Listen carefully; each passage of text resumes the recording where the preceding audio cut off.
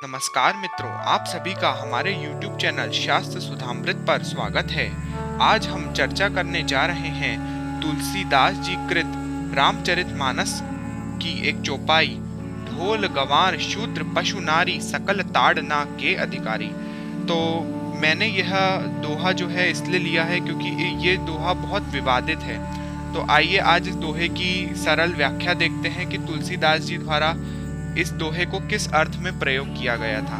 मित्रों, बहुत सारे ऐसे शब्द होते हैं जिनका अलग अलग अर्थों में प्रयोग किया जाता है।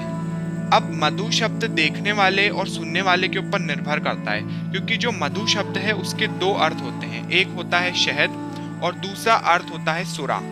तो ये तो देखने वाले की दृष्टि पर निर्भर करता है। वैसे ही हम महापुरुषों के सत वचनों को समझने में इतने सक्षम नहीं है कि हम उनकी सटीक तरीके से व्याख्या कर पाएं। इसी कारण कुछ दुष्ट बुद्धि लोगों ने और कुछ बुद्धिजीवी लोगों ने इस श्लोक की या इस दोहे की जो है वो गलत व्याख्या कर दी है। तो आज हम इस दोहे की सही व्याख्या को समझेंगे। तो इसे समझने से पहले मुझे एक श्लोक याद आता है जो मैंने अध्ययन किया था। वो था शारदा शारदाम्भोज वदना वदनाम्बुजे सर्वदा सर्वदा अस्माकं सन्निधिं सन्निधिं क्रियात्। अब आप सोचेंगे कि मैंने माँ शारदा के इस श्लोक का यहाँ पर क्यों प्रयोग किया है। तो मैं आपको व्याकरणिक रूप से जो अलंकार होते हैं उसको समझाने के लिए इस श्लोक का यहाँ पे हमने प्रयोग किया है। तो यहाँ पर जो शब्द हैं वो बार बार एक समान से रिपीट हो रहे हैं, जैसे कि शारदा शारदाम्भोज। तो एक शारदा का मतलब माँ भगवती शारदा सरस्वती है, और एक शारदा का यहाँ पर एक मतलब है कि शरद ऋतु। उसी प्रकार सन्निधिम सन्निधिम क्रियात, यहाँ पे सन्निधिम भी दो बार प्रयोग किया गया है। एक सन्निधिम का अर्थ है पास में आना, सन्निधि करना, और एक सन्निधिम का मतलब है सत प्लस निधिम, अर्थात श्रेष्ठ खजाने के रूप में हमारे पास निवास करें।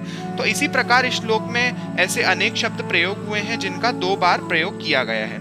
उसी तरह ढोल गंवार शूद्र पशु नारी सकल ताड़न के अधिकारी। तो यहाँ पे जो ताड़न या ताड़ना शब्द का जो यहाँ पे प्रयोग हुआ है वो सबके लिए अलग अलग अर्थ में किया गया है। जैसे ढोल के लिए ताड़ने का अर्थ होता है ढोल को पीटना, क्योंकि बिना पीटे ढोल तो बज नहीं सकता, इसलिए ढोल को एक लय में ताड़न करना पड़ता है जिसके कारण उससे ध्वनि उत्पन्न हो। दूसरा शब्द यहाँ पे यूज किया गया है गंवार।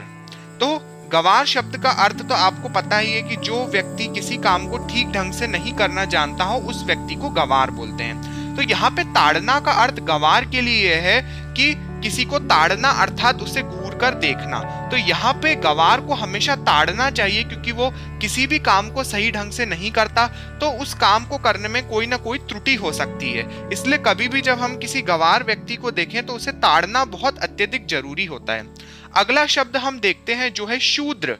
तो यहाँ पे लोगों ने शूद्रों की गलत व्याख्या कर दी है। यहाँ पे शूद्र का मतलब होता है मनसा शून्य इति शूद्रम कथ्यते, यानी कि जो मन से शून्य है उस व्यक्ति को शूद्र कहते हैं। तो जो भी व्यक्ति मन से शून्य है वो किसी भी प्रकार निर्णय नहीं ले सकता और किसी भी चीज को ढंग से ग्रहण नहीं कर सकता। इसलिए यहाँ पे शूद्र व्यक्ति का भी हमेशा ताड़न करना चाहिए, यानी कि उसे भी देखना चाहिए, उसे भी अपनी सन्निधि में रखना चाहिए, उस पर ध्यान देना चाहिए। तो यहाँ पर इस शूद्र का मतलब ये नहीं है कि जो चतुर्थ वर्ण वाले शूद्र हैं उनका यहाँ पर व्याख्या किया गया है। उसी हिसाब से जो अगला जो शब्द होता है वो है पशु। तो पशु अर्थात यहाँ पे दो शब्द है।